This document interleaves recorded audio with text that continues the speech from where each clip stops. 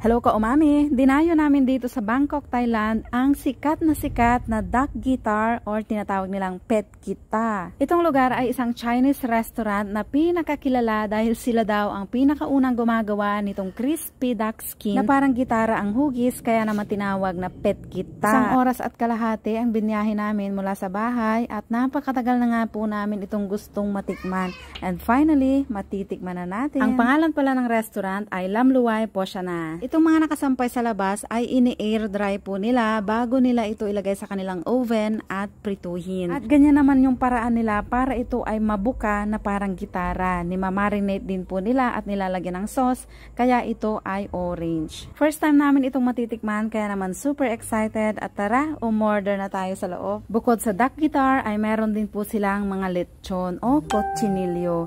Ito na yung aming mga in-order. Per set po siya at pwede kang mamili kung anong set ang gusto mo. Pinili na namin yung pinakamaliit na set na merong crispy duck guitar. Meron itong spring rolls, fried rice with crab meat sa ibabaw na napakarami, fried sea bass na merong kasamang sauce na mangga, sibuyas at manamis-namis na patis, at itong fried shrimp na merong sweet sauce at kasamang salad.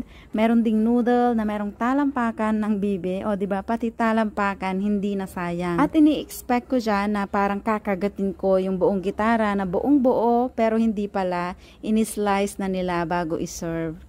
Inilagay ko na yung sauce sa ibabaw ng ating fish.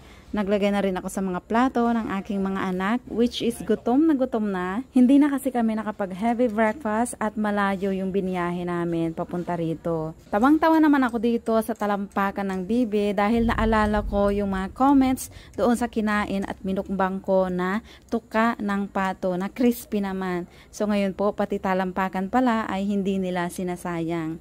Itong mga pagkain nila ay fusion of Thai food and Chinese food, kaya naman medyo matatabang, hindi katulad ng mga pure Thai food na malalasa at maaanghang, which is nakasanayan namin. Unang kagat pa lang sa pet guitar ay feeling ko bitin dahil napakasarap, lalong-lalo na itong kanilang sweet sauce na may pagka-spicy ng very light lang. Dahil sa sobrang sarap, feeling mission accomplished na naman ako dyan dahil natikman ko na finally ang sikat na duck guitar ng Thailand.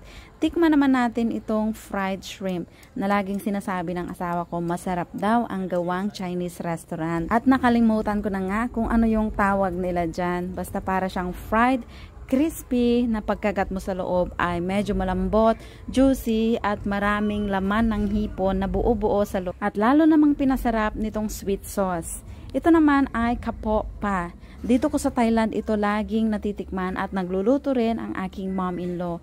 Yun nga lang Thai version ay napakaraming halo at merong labong. Itong kanilang version ay ulit, medyo matabang at maraming crab meat sa ibabaw. Pero pasado naman ang lasa dahil napakasarap. Tikman naman natin itong fried sea bass na merong mangga, sibuyas at sweet patis na sausawan. Napakasarap din at lagi namin itong natitikman sa mga Thai restaurant. Ito naman ang isa sa paborito ng aking asawa na jellyfish na ni-marinate sa sesame oil at sesame seed. Masarap din pero hindi ko masyadong bet yung mga ganitong pagkain na malamig. Samahan naman natin ng spring roll na ine-expect ko parang lumpia natin ay hindi pala. Manamis-namis na parang taro sa loob. Pero pasado naman sa aking panlasa na expectation versus reality lang talaga. Ipinapakita naman ng anak ko sa akin kung paano daw kainin yung crispy duck. Sinasabayan pala ito nung parang siopaw or parang puting tinapay. Sa akin kasi pinapak ko siya kaya pala feeling ko bitin. Sa huli naman nila sinaserve itong kanilang salapaw o siopaw na yung feeling ay parang yolk ng itlog na maalat na medyo sweet, maalat-alat at napakabango. Unang kagat ay nagustuhan ko agad at ito yung pangalawang paborito ko bukod sa crispy duck. Kumuha nga kami ng 2 pang set na pang take out. Hindi rin naubos yung napakaraming fried rice, mabuti na lang ay Sharonian tayo. Hanggang dito na lang mga kaumami. Thank you for watching. Kung nagustuhan nyo po ang video, paki-share. Baka ikaw naman ang susunod na lucky sharer ngayong Friday na makakatanggap ng 1 at 5 naman ang naghihintay sa 3 kaumami sa Pasko. Ito na po yung balat ng duck or pet guitar na tinatawag nila. Sayang hindi natin nakita noong nililitsyon nila ng buo pa. Ito po ay na-slice na nila. Ayan. Napakanipis lang ka-umami, as in walang laman. Talagang balat lang po siya. At meron siyang sweet and spicy na sausawan. Tikman natin.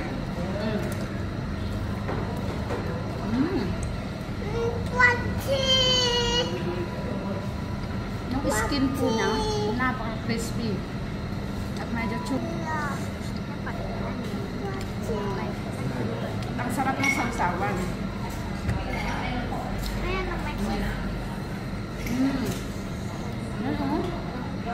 Nipis, oh.